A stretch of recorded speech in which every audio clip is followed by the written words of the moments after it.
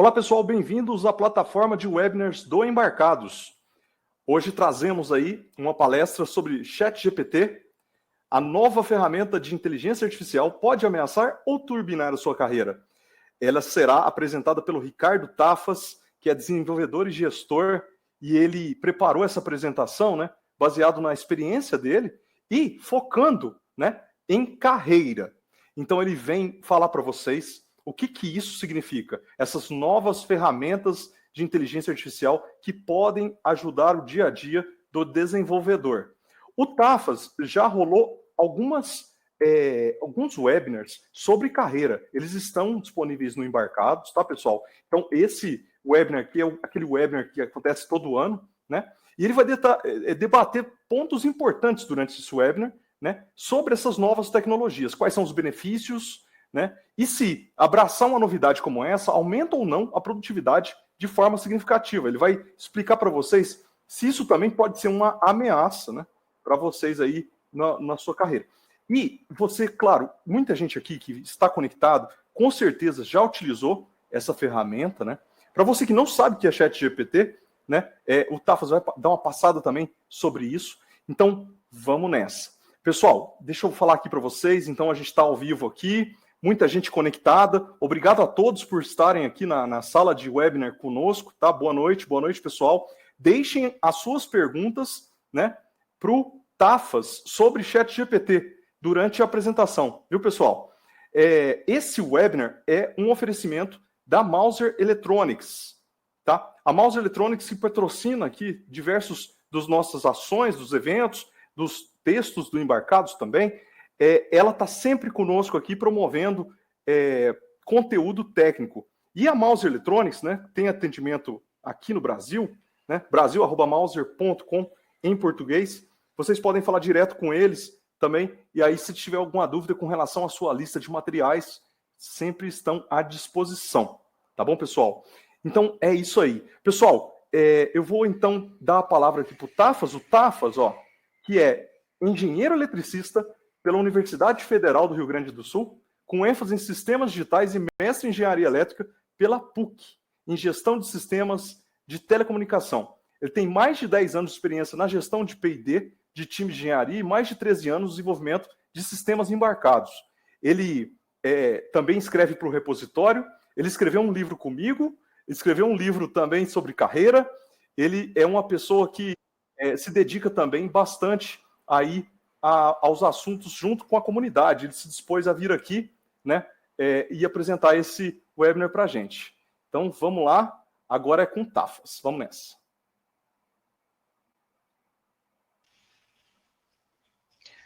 Oi, pessoal. Boa noite. Que eu existo, então, peraí, tem um problema. Isso é um problema lógico, paradoxo. Então, se eu acredito que eu existo, eu acredito que eu sou uma pessoa, que eu estou aqui dando esse webinar para vocês, e eu tenho consciência do que eu sinto, do que eu penso, e tenho minhas convicções, e tem as coisas que eu faço. Eu espero que estou sendo julgado por vocês na qualidade desse webinar, que eu tenho muita esperança que vocês gostem, apesar de eu não ter entrado fundo na tecnologia em si, mas muito mais no comportamento sobre ela.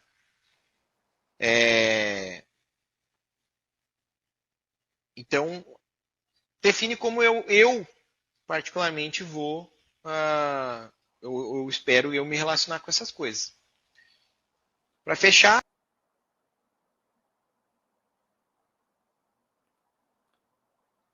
pessoal, a gente teve um probleminha com a transmissão do vídeo aqui. Só um instantinho que eu vou iniciar novamente, tá bom? Vamos nessa. Vamos nessa agora. Vamos lá.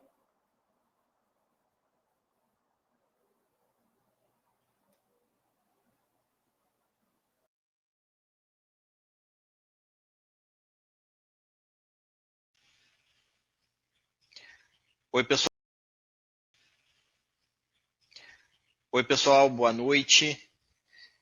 Mais um webinar de carreira aqui pelo Embarcados. Hoje vamos falar sobre um tópico aí que está corrente. Recomendo todo mundo olhar os outros webinars. Existe grande chance de eu fazer alguma referência a algum deles. Ou então ele também serve para trazer alguns conceitos que talvez aqui eu vá passar por cima e vocês vão precisar. Então, olhar os outros, os webinars anteriores de carreira é uma boa ideia. Terminando esse aqui, vai para lá, olha lá, está lá no site do Embarcados. O pessoal pode colocar os links depois. Bom, vamos começar falando um pouquinho sobre de onde a gente veio, até para entender por que os sentimentos estão do jeito que estão e o que a gente tem visto por aí.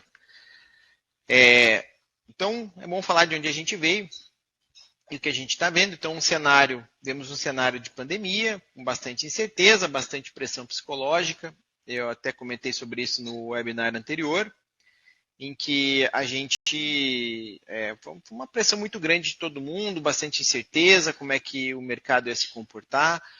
Eu fiz bastante previsão, já disse que não adianta me cobrar por elas feitas naquele webinar, mas algumas delas começaram a acontecer de fato, uma pressão pela volta dos escritórios, a gente viu aí certos questionamentos aí sobre o trabalho remoto. E saindo desse cenário, quando a coisa começou a estabilizar, a gente começou a perceber que uns culpando pandemia, outros culpando ingerência, mas a gente viu que as grandes empresas de tecnologia demitiram e não demitiram pouco. Somando aí o número de pessoas que foram demitidas, às vezes é uma cidade de interior inteirinha. Imagina uma cidade aí de 20, 25 mil habitantes, todo mundo demitido. Então, foi mais ou menos isso que aconteceu. E no meio desse turbilhão, ou seja, bastante gente perdendo emprego e ficando aí bastante assustado, a gente tem o surgimento o que eu chamo de inteligência artificial de conteúdo. Não acho que é só de chat, mas é mais abrangente, porque tem as de chat, tem outras, a mais famosa eu coloco aqui o chat GPT, mas tem o slide GPT, tem várias outras surgindo por aí. E aí o povo começou a pedir para esse tipo de tecnologia para me dar código. E ela deu. E aí gerou aquele frenesi, né? Aquela histeria, todo mundo preocupado com o que ia acontecer. Aí eu digo que isso começa a gerar muita pergunta, e a primeira delas é o nosso relacionamento com esse tipo de tecnologia.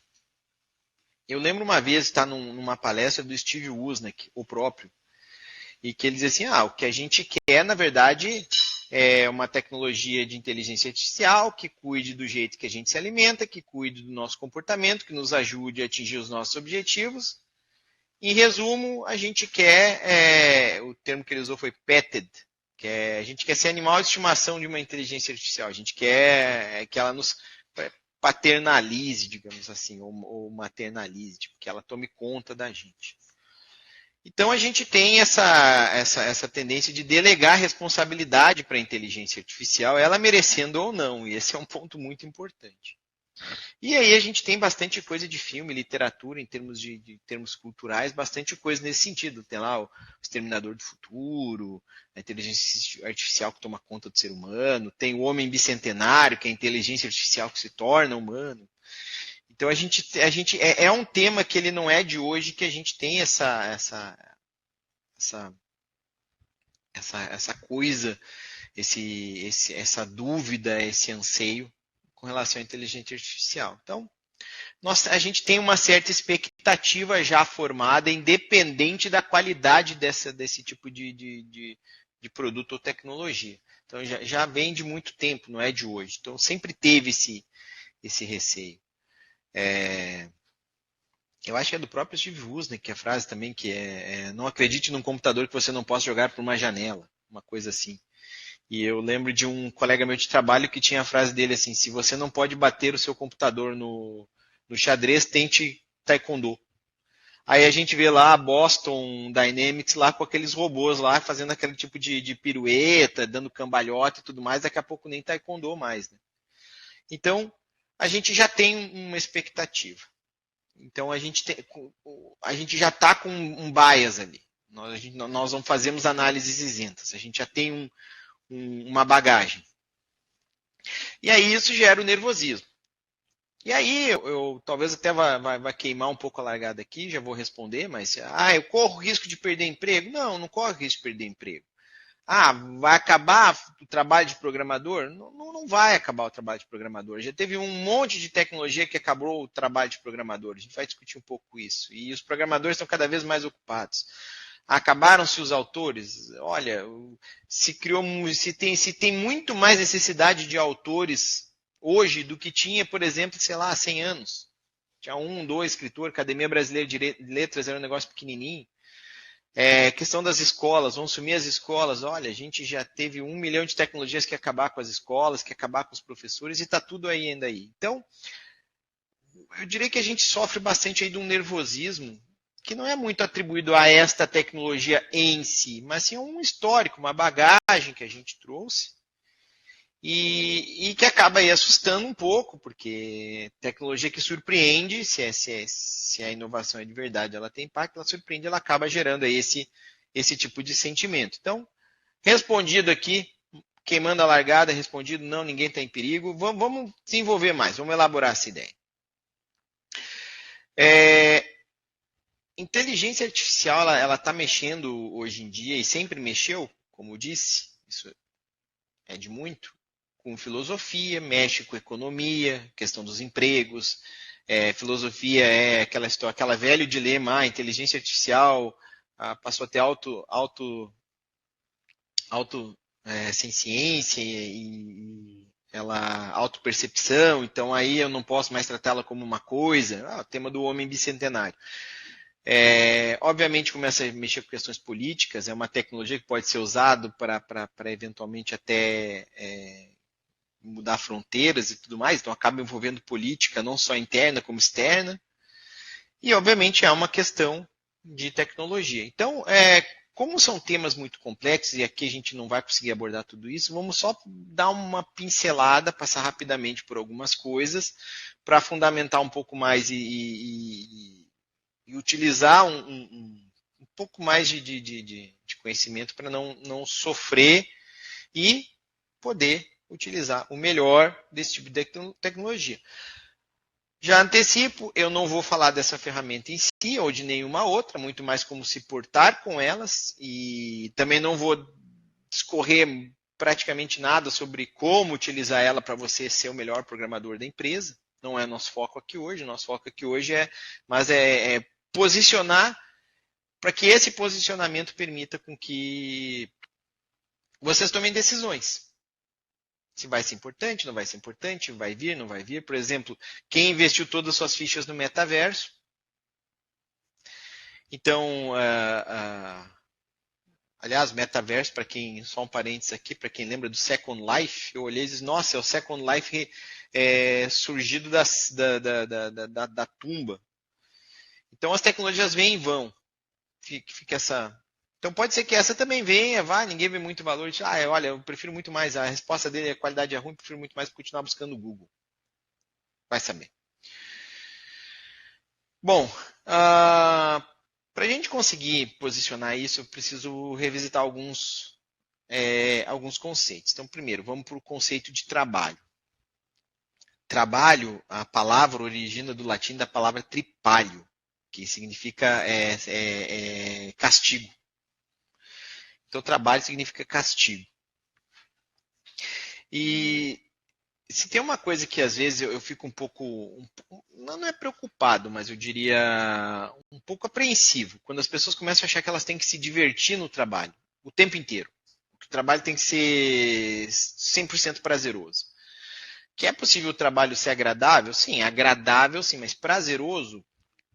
Se o trabalho for mais do que 50% prazeroso, não é trabalho, e é serviço, e vai ser cobrado. Então, o trabalho é porque alguém tem algo que precisa ser feito, e aí vem a história da relação de trabalho. Então, alguém tem algo que precisa ser feito e vai pagar por isso, um indivíduo que vai fazer algo e espera receber por aquilo, pelo trabalho feito. Então, isso se chama relação de trabalho. Então, até tem um vídeo interessante que explica um pouco dessas Big Techs com as demissões, que não sei, é Jomatec. O pessoal do Embarcados pode botar o link depois do vídeo. Ele coloca lá ele comenta essa história de demissões e ele coloca lá um vídeo de uma pessoa que começa a colocar como é que é o dia de trabalho. Eu acordo tal hora, tarde da manhã, daí faço minha yoga, depois não sei o quê. Tipo, o dia típico. E aí eu vou olhar no dia típico, praticamente parece estar num country club, deve ter trabalhado 1h30 ali no máximo. Tudo bem, que bom, mas não é sustentável. Outro ponto importante é sobre inovação. Inovação é melhoria. Então é importante a gente entender o conceito de inovação e de melhoria, e que o conceito de inovação está muito atrelado, mas não é sinônimo de tecnologia. E inovação precisa ter impacto, senão ela não serve para nada. Isso eu já falei em vários outros webinars também, não vou discorrer, vai lá, olha ele, está lá bonitinho. Tem o conceito importante sobre que eu vou comentar aqui várias vezes, sobre a questão de produto e serviço, que é a produtização do serviço e a transformação do produto em serviço, as a service. Eu considero, na verdade, que o que a gente está olhando aqui, então, é a importância dessas coisas, e que no fundo, não interessa se é produto ou serviço, o que a gente quer saber é o conceito de valor. Então, se aquilo tem valor, se é um serviço que as pessoas gostam de utilizar, ele tem valor. Se é um produto que as pessoas enxergam que aquilo vale alguma coisa, que é merecido de tê-lo, ou desejado de alguma forma, então é o conceito de valor. E aí acaba entrando também um conceito que vai ser importante, principalmente no que está acontecendo nesses últimos 2, 3, 4 dias, que é o conceito de escassez, que está relacionado com raridade. As coisas, independente do seu valor, têm o seu preço pela escassez. Então, algo que é muito importante ou essencial, mas é abundante, vai ter um valor baixo. Se é muito abundante e não vale nada, é lixo. E se é escasso e muito valioso, vai ter um preço extremamente alto. Então, essas coisas elas se relacionam mais ou menos dessa forma. Eu tenho uma tirinha até, e acho que até tem um post no repositório sobre isso. Então, também vale a leitura para esclarecer um pouco mais, para entender um pouco mais disso que eu estou comentando. Bom, tudo isso para quê? Vamos lá. Então, agora vamos começar a entrar no nosso mundo. O que é tecnologia?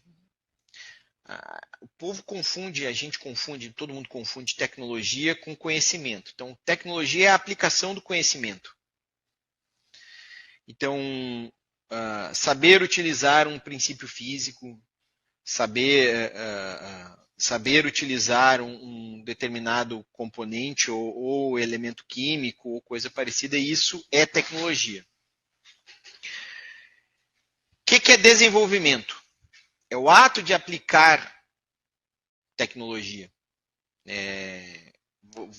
Sei utilizar determinado componente, elemento químico, que seja, linguagem de programação. Sei utilizar aquela coisa. Aquela coisa é o conhecimento. O ato de fazer isso é desenvolvimento. E aí eu tenho desenvolvimento de produto. Quando eu utilizo tecnologia para desenvolver algum tipo de dispositivo ou serviço. Vamos usar sempre como sinônimo. E aí tem uma coisa muito importante, que é tema principalmente do repositório, é uma coisa que eu venho sempre tratando, se for olhar, está sempre nas entrelinhas de tudo que a gente vem discutindo, que eu venho discutindo nos webinars, inclusive várias vezes, até mesmo no antigo encontro semanal durante a pandemia, que eu sempre comentei bastante, que fica ali um pouco nas entrelinhas, é a tecnologia de desenvolvimento de produto. O que isso quer dizer? Isso quer dizer o jeito com que a gente desenvolve produto. O jeito de utilizar determinada tecnologia é uma tecnologia. Então, tecnologia de desenvolvimento de produto. Isso muda muito. Se a gente for pensar, por exemplo, fazer uma estátua. O cara sabe fazer lá com formão, aí depois descobre que com o formão de ferro é melhor do que o formão de bronze e assim vai indo. Então, tem a tecnologia de desenvolvimento de produto. E aí, dentre essas, que é justamente uma das coisas que sofreu um grande impacto em função de novas tecnologias, é a tecnologia de desenvolvimento de produto. Neste caso, o produto é o software, é tecnologia de desenvolvimento de software. Então, eu gosto de contar um pouco aí, fazer levantar alguns pontos de que isso não está andando desde hoje, não tem nada novo acontecendo, nada diferente do que já não se viveu. Talvez assustou um pouco, porque a gente nunca tinha visto algo parecido antes, mas será que não? Então vamos lá. Se a gente for parar para pensar, os primeiros programas era código de máquina. Alguém concluiu que aquilo ali era muito difícil de manter, a história do cartão perfurado pior ainda. E aí começou a se criar o quê? Linguagem de programação. Então, tem lá, antigamente ser considerado uma linguagem de alto nível. E isso foi avançando, se a gente for olhar, eu tenho linguagem de programação que era alto nível, C, hoje é considerado baixo nível, e eu tive um monte de outras coisas no meio do caminho, cada uma delas criada para resolver um problema específico. O que é isso criado para resolver um problema específico? É uma tecnologia de desenvolvimento de software. Ao longo desse caminho, a gente viu uma transformação, por exemplo, nos editores. Os editores passaram a fazer syntax highlight, daqui a pouco a gente passou a ter linter, a gente passou a ter integração com debugger, integração com shell. Então, a gente teve bastante avanço nessa parte de tecnologia de desenvolvimento de software. Então, tudo isso tem aí trouxe avanço na tecnologia de desenvolvimento de software. Então, não é de hoje que a gente tem aí um aumento na quantidade de ferramentas à nossa disposição. Isso... E ainda bem, eu diria, porque imagina a gente ter que escrever código do jeito que a gente escrevia há muito tempo atrás.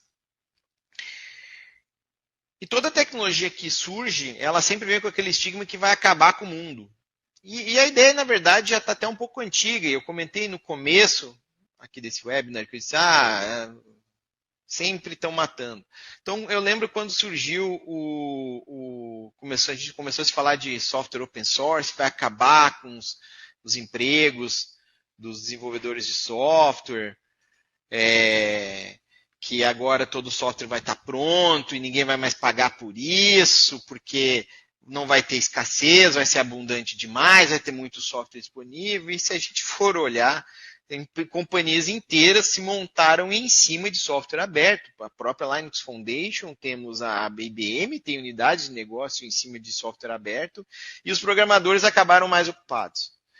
Eu lembro, né, eu não sou muito dessa área, mas eu lembro que se falava de alguma coisa de design pattern, principalmente para essas linguagens mais de alto nível, e que vai acabar, que vai resolver o problema da arquitetura, que agora toda essa infraestrutura de software está resolvida, porque vai aplicar design pattern. E no meu pouco conhecimento eu vejo que esse povo está cada vez mais ocupado. E aí a gente for olhar, se for começar, eu botei mais um aqui, cloud acabou com TI. E o pessoal de TI, mesmo com cloud, está cada vez mais ocupado. Eu disse, mas tá acabando com os empregos, as pessoas estão cada vez tá acabando com os empregos, gerando cada vez mais empregos. E foi a mesma coisa com a automação, foi a mesma coisa na parte agrícola. Então, existe sempre essa ideia de que os empregos vão acabar. Eu diria que é um pouco do ser humano isso, porque a gente é resistente à mudança. Então, eu gosto de dizer que as tecnologias certamente vão transformar os empregos, porque o emprego em si, na verdade, os processos que envolvem determinada função, tarefa ou atividade, acaba sendo uma tecnologia em si e ela evolui como qualquer outra. Então, se for parar para pensar, até mesmo o jeito de estudar, que a tecnologia que eu tenho para estudar, provavelmente hoje vai ser muito diferente do que as próximas gerações. Então, tem sempre vai avançar, quer a gente queira, quer não. E aí vem a nossa postura. E aí, voltando para o nosso meio, é o que eu digo. Ainda bem que as tecnologias de desenvolvimento, no caso de software, que elas avançaram.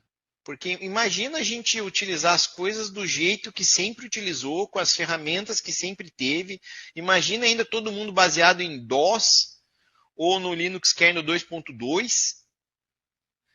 Então, ainda bem que as coisas avançam, ainda bem que a gente tem mais sobre o que construir. Eu diria assim, as pessoas não vão mais conseguir somar depois da calculadora. E não me pareceu que isso aconteceu.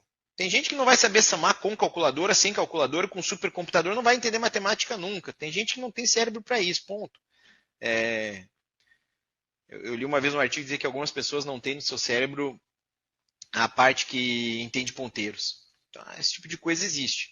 Assim como essa mesma pessoa pode ter um outro talento lá, sei lá, para música e tal. É ruim de matemática, mas o cara é um gênio musical, vai saber.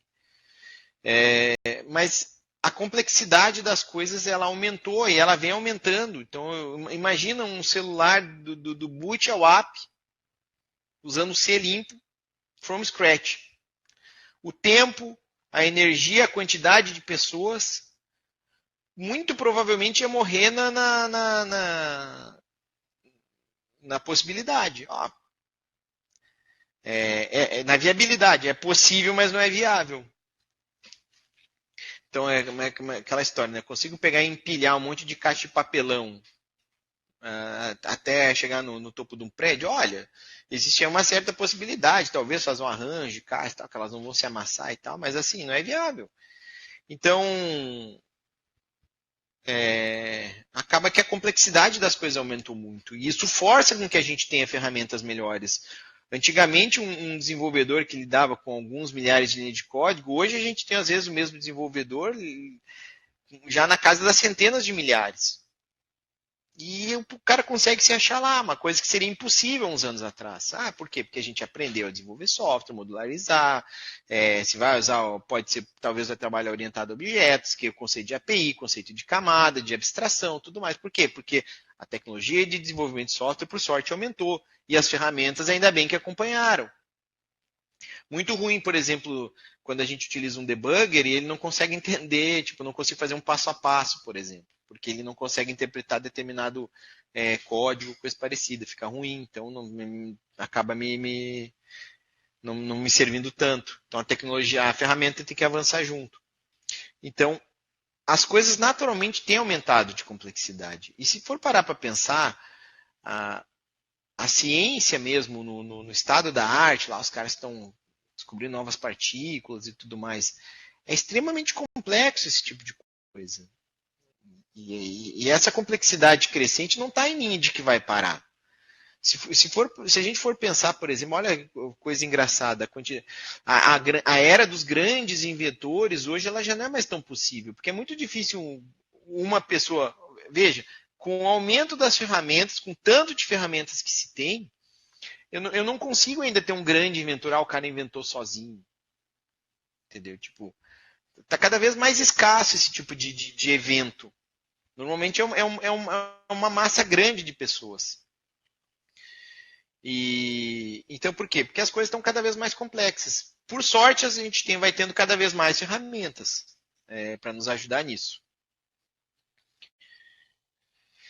Então, no fim das contas, disso tudo que eu falei, o que a gente pode entender do que são essas inteligências artificiais de conteúdo? Mais ferramenta. No fundo, para a gente, ela é mais ferramenta. É mais uma coisa que a gente utiliza para lidar com a complexidade crescente dos sistemas que a gente tem trabalhado.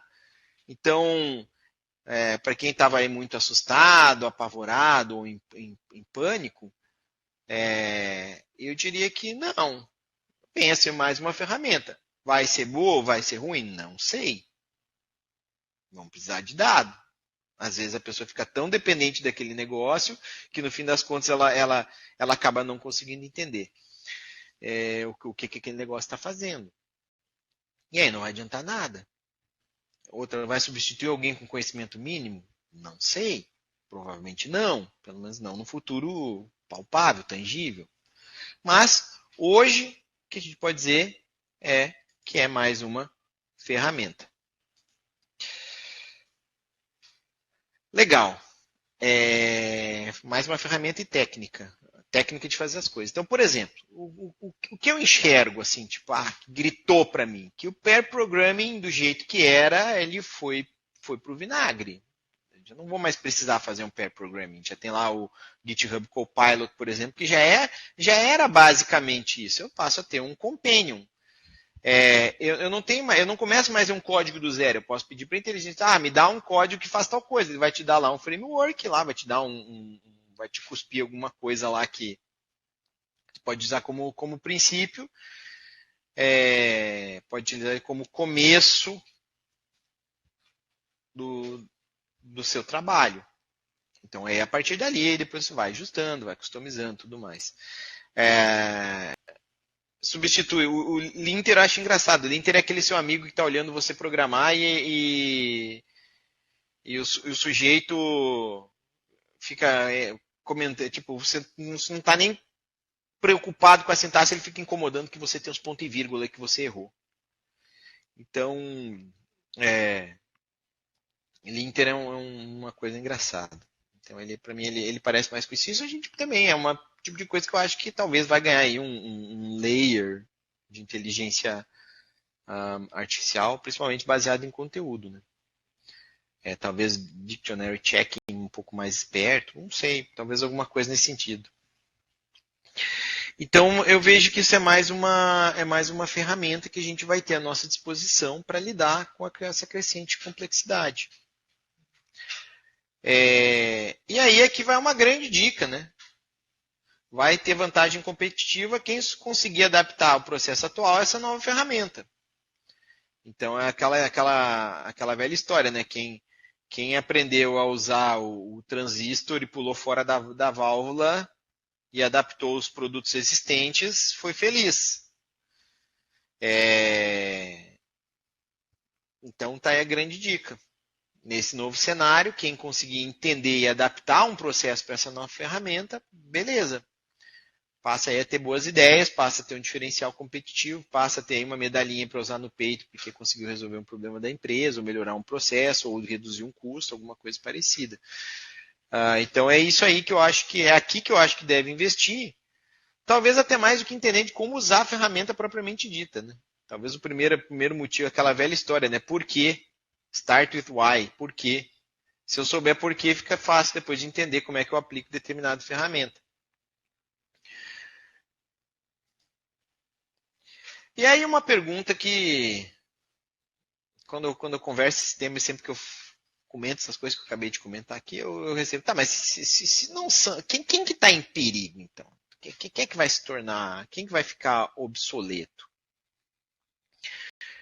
E aí aqui vai ser um pouco de especulação, mas acho que não tanto especulação, porque as cartas começaram a ser viradas no tabuleiro, né? Então todo mundo começou a se revelar, né? Mas quando eu pensei nesse webinar há um tempo atrás, essas coisas ainda estavam um pouco veladas, assim, ninguém...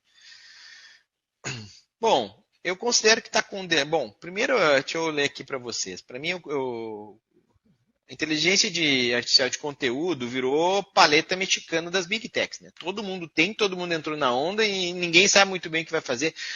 Agora eu acho que a gente aumentou um pouco. Tipo, agora joga blockchain, inteligência artificial de chat e virou... assim, sem querer ofender quem honestamente vende bolo de pote, mas aquela pessoa que acha que vai fazer uma renda extra, ganhar dinheiro, enriquecer num negócio paralelo com bolo de pote, é a mesma coisa. O Eldorado, é o lugar onde escorre ouro pela cachoeira e tal, que todo mundo vai lá, né? É o seixo encantado que se toca no metal transforma em ouro. Então, a inteligência artificial de conteúdo acabou virando isso. Porque, assim, se for olhar, no fundo, o que ela te traz é tu põe uma pergunta, ela te devolve informação. Quem eu vejo que faz isso é o Google, o Stack Exchange. Então, esses caras aí tem que estar preocupados. Porque eu vou parar de utilizar o Stack Exchange e vou perguntar direto para um chat GPT da vida. Quero um código assim. Pá, tá aqui um exemplo. Mas as outras entraram, não consigo entender muito bem por quê. Que diferença faria para um Facebook? Parece que entrou porque virou paleta mexicana. Tá todo mundo ganhando rios de dinheiro vendendo paleta mexicana, então eu vou vender paleta mexicana. Então, quem gera conteúdo inútil, independente da forma de conteúdo, não só texto, mas código inútil, código que não serve para nada, e quem não cria ou agrega, não coloca nenhum tipo de valor. Aí entra aquela questão da inovação, que tem que ter impacto, mais, que tem que ter diferencial. Então, quem gera coisas que não têm valor, a inteligência artificial vai ser muito mais eficiente em gerar lero-lero que uma pessoa que trabalha gerando lero-lero. Então, assim, jornalista que pega o texto do outro, só dá um tapinha lá e começa aquela. E aí é engraçado que rola aquela propagação de fake news, às vezes, ou de matéria pegadinha. Que nem aquele Babylon Bee, anos atrás o Cocada Boa fazia umas pegadinhas de notícia e o negócio espalhava assim, ia parar na grande mídia como se fosse coisa séria. Porque ninguém leu, ninguém olhou fonte, só pegou lá, deu um tapa no texto e, cumpri a meta. Então, esse tipo de coisa é o tipo de coisa que provavelmente vai acabar aí. Por quê? Porque esse tipo de coisa já não é escassa hoje, então vai ser menos escassa ainda.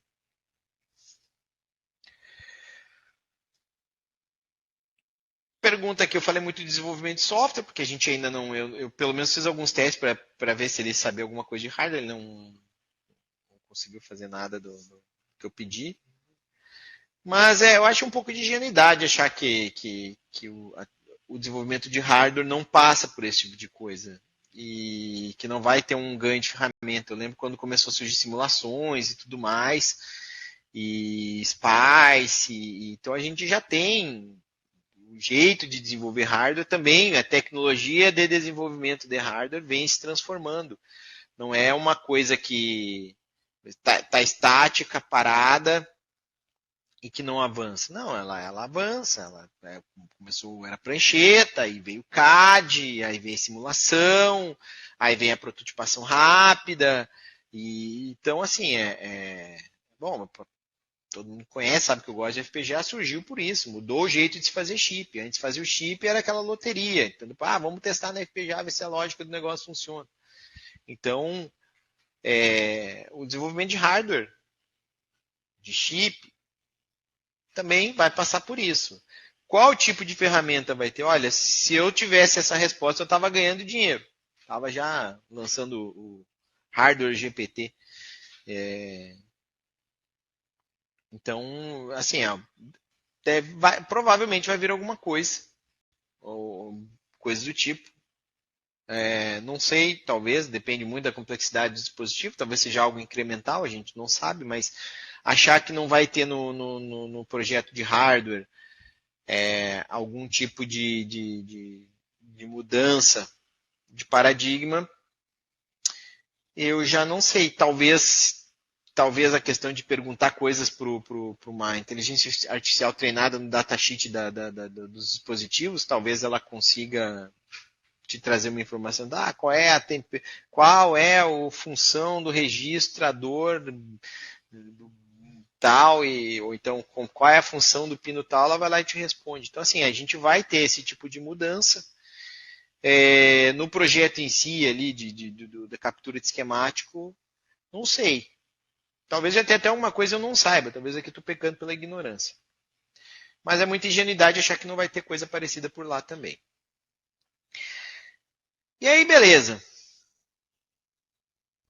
Meu emprego atual, então, não está em perigo. Legal. Vocês vão acreditar em mim. Mas aí alguém diz assim, mas e depois? E depois? Bom, pessoal, por enquanto, tem umas coisas aí que é um pouco são um pouco filosóficas, mas o ChatGPT e essas inteligências artificiais de conteúdo, elas têm inteligência sobre um conteúdo existente. Ainda não eles não têm criatividade para criar um conteúdo que não tenha raízes em uma base de treinamento. É machine learning, a gente sabe como isso funciona. Então, ela não tem o entendimento do que está fazendo. Por exemplo, uma coisa típica, eu pedi para me dar uma frase com 5 palavras, cada palavra com pelo menos 5 letras. Depois da sexta, sei lá, tentei um monte de vezes. Não conseguiu. Por quê? Porque dificilmente é o tipo de coisa que vai estar numa base de dados de textos de cultura geral, por exemplo. E os problemas que a gente resolve são mais ou menos nessa linha. Mas algumas pegadinhas ela sabe, porque provavelmente é um lugar na internet. Entendeu? E em alguns lugares. É até engraçado um comentário que eu vi uma vez, a pessoa comentou que o complicado é quando o povo coloca lá uma pegadinha que o chat GPT não soube responder e eu não soube também. Então, não há um entendimento, não existe essa questão de raciocínio lógico ainda por trás disso. Ricardo, vai ter um dia? Não sei, vamos ver, talvez tenha. Mas hoje, por exemplo, não tem. E não acho que estamos perto disso, não. Acho que está muito longe desse conceito de raciocínio lógico.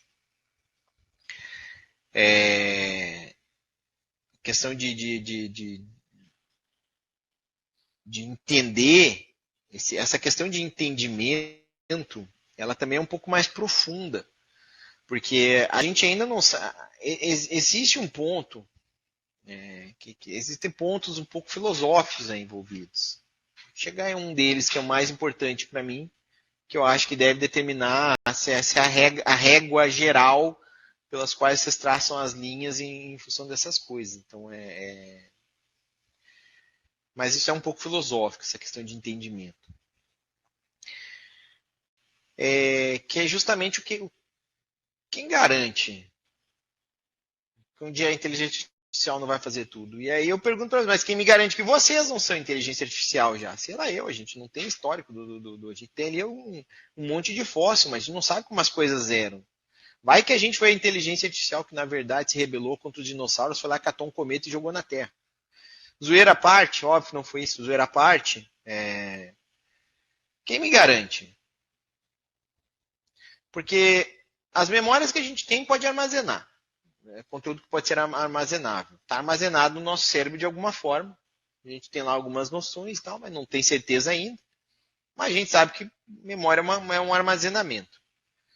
Nossos sentidos é o que é transmitido na nossa rede nervosa, captado lá nos nossos olhos, nos ouvidos, mas então isso aí tem falante, tem microfone, tem sensor pode ter pele resistiva e pele capacitiva. Eu li uma vez uma zoeira nesse sentido. Vou cobrir um robô para ele ter sentido de tato. Mas vai ser resistivo ou capacitivo? Tem que ser capacitivo, né? Porque resistivo só tem um ponto. Praticamente tudo é reação química na gente. Sentimento, sinapse, hormônio. E socialmente a gente é o que os outros percebem. Então, e aí? Se a inteligência artificial pode fazer tudo, ela vai acabar tendo esse tipo de dilema. Então ela vai ficar muito parecida com a gente. Talvez mais capaz e tal, mas vai continuar tendo a gente só vai mudar o proprietário da pergunta. Então, enquanto a inteligência artificial fica se perguntando essas coisas, a gente vai lá e ela fica gerenciando a gente, tratando a gente. A gente transferiu toda a responsabilidade para eles. Então, o que é? Então começa a ficar ali e depois, foi depois. Se a gente ficar muito preocupado para frente, começa a chegar na fronteira do que é ser humano. E começa assim, começa a entrar numa linha filosófica do será que as coisas existem? Eu prefiro resumir e não entrar nessa linha, porque para isso que a gente vamos fazer uma brincadeira, para isso que a gente paga filósofo. Não entrar nessa linha.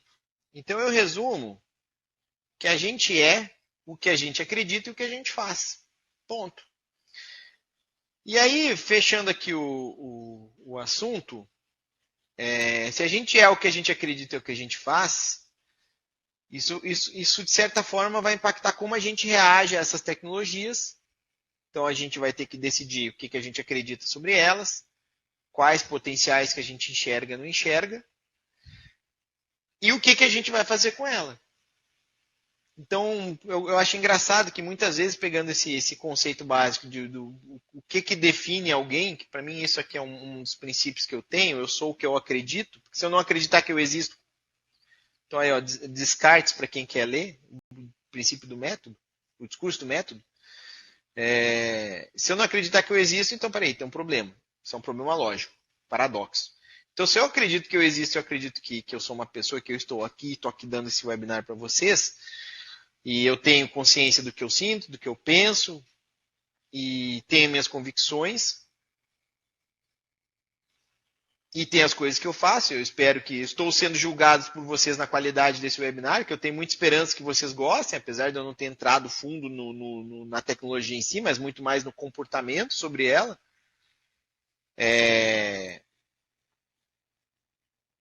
Então, define como eu particularmente vou, eu espero eu me relacionar com essas coisas. Para fechar, do meu ponto, como eu disse, eu acredito que é mais uma ferramenta. Eu acho que vai ser importante aprender ela. Eu não acredito que ela vá embora. Eu ainda não sei para onde ela vai. Então, eu até peço um pouco de desculpas por não dar respostas concisas, mas é algo para se ficar atento.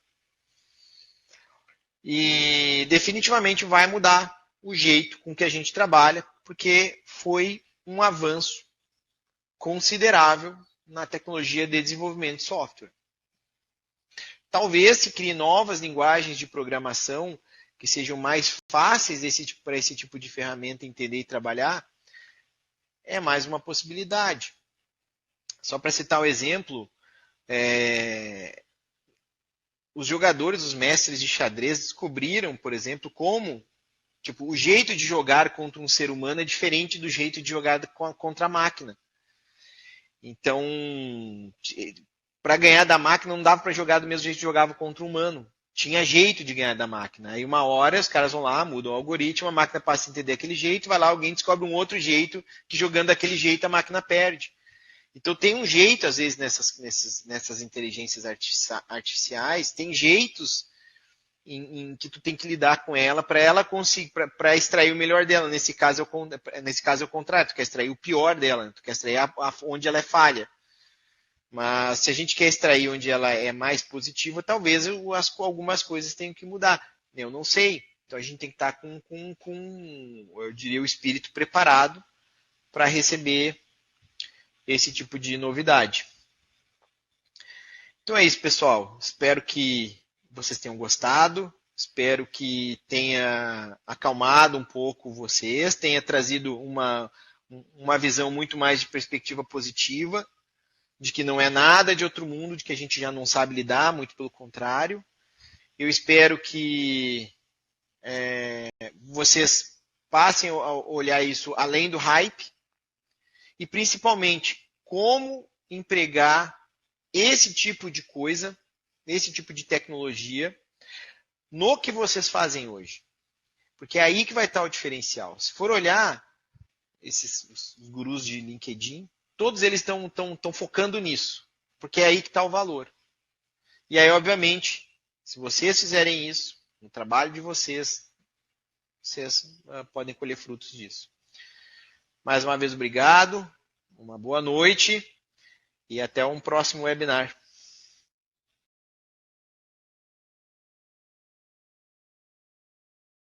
É isso aí, pessoal.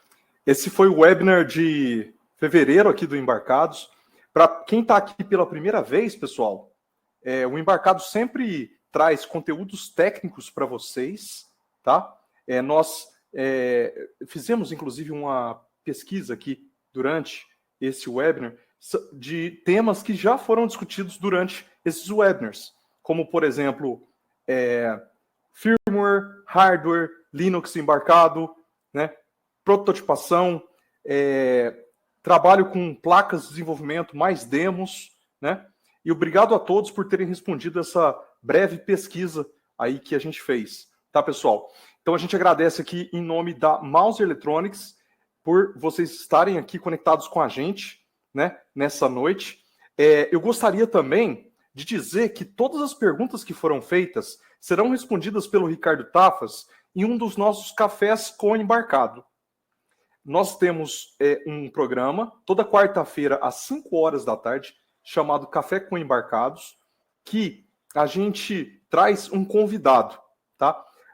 Nesse dia 1º de março, nós vamos receber o João Newton, que trabalha com hardware, né? Ele está à frente de uma empresa aí que trabalha com manufatura e desenvolvimento de projetos também. E ele vai vir conversar aqui com a gente. E no dia 8 de março, né, a gente está acertando aí para receber o Ricardo Tafas para a gente conversar ao vivo e responder todas as perguntas que rolaram durante essa apresentação aqui, viu, pessoal? Deixa eu mostrar aqui para vocês quais foram as perguntas. Deixa eu deixar registrado as perguntas. Como avaliar se a resposta da inteligência artificial está correta? O Fábio pergunta. O Fábio também perguntou o seguinte: e os direitos autorais sobre o conteúdo gerado por uma ferramenta de inteligência artificial? Devo me preocupar com o uso de códigos e textos em meus projetos? Fábio, sim, você precisa se preocupar sim, mas a gente vai tratar isso então com o Ricardo Tafas durante o Café com Embarcados. Eu agradeço então aqui em nome da Mouse Electronics, que está patrocinando esse evento, em nome do Embarcados, falar para vocês que a gente está preparando bastante conteúdo para vocês e que a gente tem esse compromisso com o aprimoramento técnico de vocês, tá? Seja você estudante, você que trabalha na indústria, você que está trabalhando inclusive para empresas de fora do Brasil e acompanha aqui os webinars com a gente. Muito obrigado a todos. Se você estiver assistindo no YouTube, deixa o like, se inscreve no canal aqui. E se você não conhece o canal do Embarcados do YouTube, dá uma passadinha lá, tem muito conteúdo técnico para vocês que não são necessariamente vinculados aqui no webinar, tá? Nós vamos trazer também alguns webinars com empresas também durante março, abril, maio e vai embora. A gente vai ter eventos online esse ano também e o nosso evento presencial será em junho e em breve a gente dará mais informações para vocês. Viu, pessoal? Então, muito obrigado, uma satisfação enorme estar aqui. E se vocês tiverem sugestões, sempre mande para a gente no contato do Embarcados, tá? Se vocês não conseguirem achar a gente em lugar nenhum, vai no Instagram, vai no LinkedIn, manda uma mensagem para a gente. Mas lá no site tem um formulário de contato, chega para a gente já atende você rapidinho, tá? Nós vamos ter alguns cursos também que a gente está preparando e é isso aí. Um comentário aqui do Rubio, tá? Gostei muito da apresentação e compartilho o meu pensamento com o que foi colocado. Boa noite a todos. Boa noite, Rubio. Boa noite, pessoal. Boa noite, Harold. Boa noite, Rodrigo. Obrigado. Obrigado a todos que estiveram conectados aqui até agora. Então, até o próximo, a próxima live ou o próximo webinar. Beleza, pessoal? Até logo. Boa noite.